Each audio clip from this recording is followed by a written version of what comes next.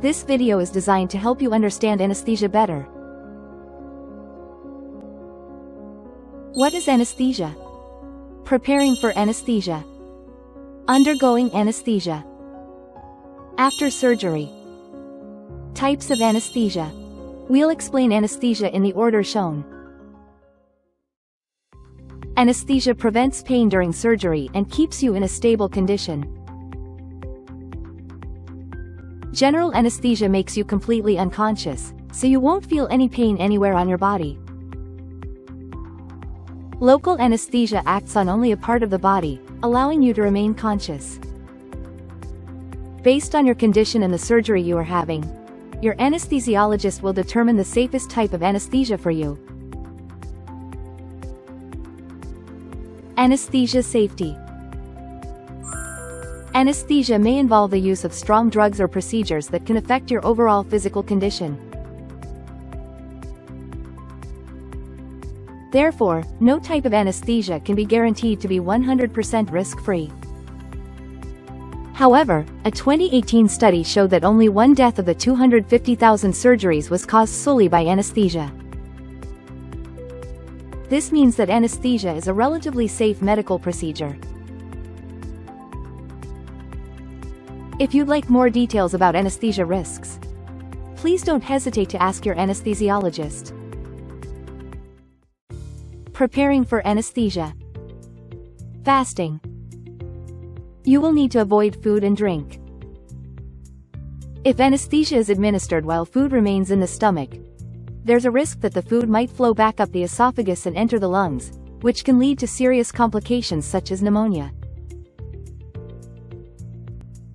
Fasting usually starts the night before surgery, but it can be longer or shorter depending on age and medical condition. You may also be told not to drink anything before anesthesia, so be sure to check with your nurse. Pre-anesthesia checkup and medications. Before your surgery, you'll get an explanation about anesthesia. Your anesthesiologist will ask about past illnesses and family medical history. If anyone in your family has had problems during or after receiving anesthesia, make sure to let your anesthesiologist know. Before heading to the operating room, you may receive an injection or medication for sedation, if needed.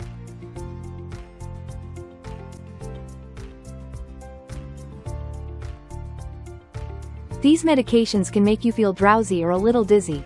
If you are told to remain in bed, please do so. Undergoing anesthesia. In most cases, you'll walk into the operating room with the ward nurse, but you may also be transported by wheelchair or on a bed. At the operating room entrance, a nurse will ask for your name, and you will also be asked several questions, such as which part of the body is being operated on. This information may be checked repeatedly during the procedure. Please understand that this is for your safety. In the operating room, a blood pressure monitor and ECG will be attached to your body. In addition, we will give you an intravenous drip. Intravenous injections may be given in advance in your hospital room. During and after surgery, if necessary, several devices will be used to monitor your condition, such as an ECG to monitor your heart rhythm, a sphygmomanometer to measure your blood pressure, an IV drip, a urinary catheter, a thermometer, and a pulse oximeter that is worn on your fingertip to measure oxygen levels in your blood. Additional equipment not shown in this diagram may also be used. After surgery. Once your surgery is finished and your condition is stable, you'll be taken back to your hospital room. Depending on your condition, you may be kept under intensive care in a special unit like the ICU for a few hours or even a few days. In such cases, anesthesia and artificial respiration may be continued. Depending on the type of surgery and anesthesia, you may feel pain in the surgical site when you wake up. We have injections and medicine for pain relief, so please do not hesitate to tell the nurses if you are in pain. After surgery, phlegm tends to accumulate in the lungs. In severe cases, this can lead to pneumonia and delay your discharge. To prevent this, please take deep breaths and cough frequently after your surgery. Since smoking increases phlegm, it's highly recommended that you avoid smoking before and after surgery. Don't hesitate to ask your anesthesiologist if you have any questions. Types of anesthesia. General anesthesia. Before general anesthesia starts, you'll receive oxygen through a mask placed over your mouth. Follow your anesthesiologist's instructions to breathe in and out. Anesthesia will be administered through an IV drip and you'll quickly fall asleep. Sometimes, a gaseous anesthetic is used instead of an IV anesthetic.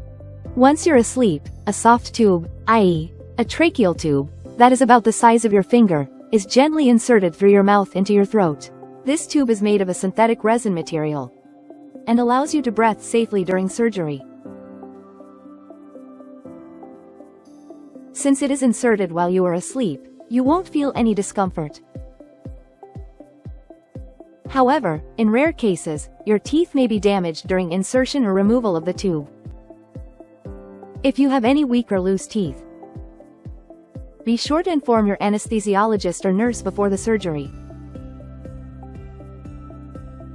When the surgery is over, the anesthetic is stopped.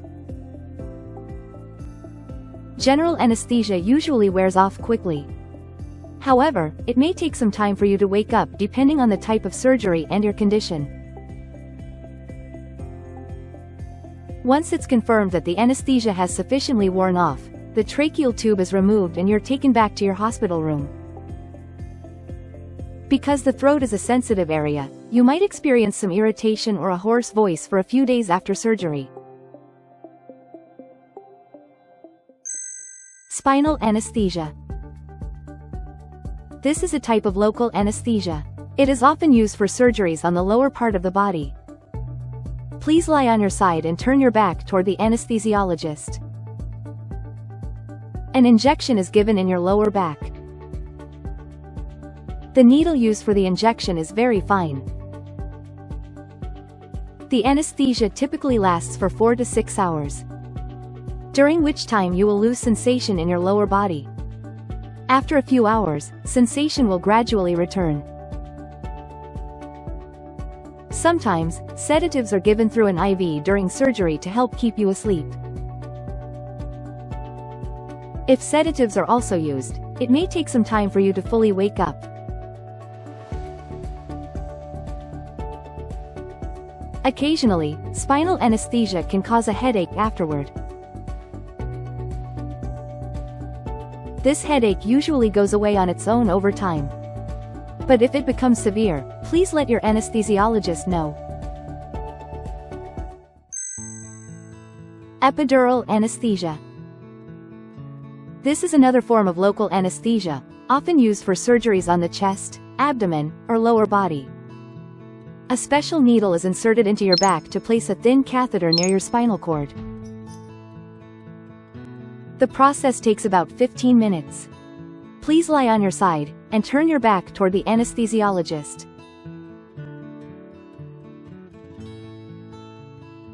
The needle used for inserting the catheter is removed immediately, but the catheter itself will remain attached to your back until it is no longer needed.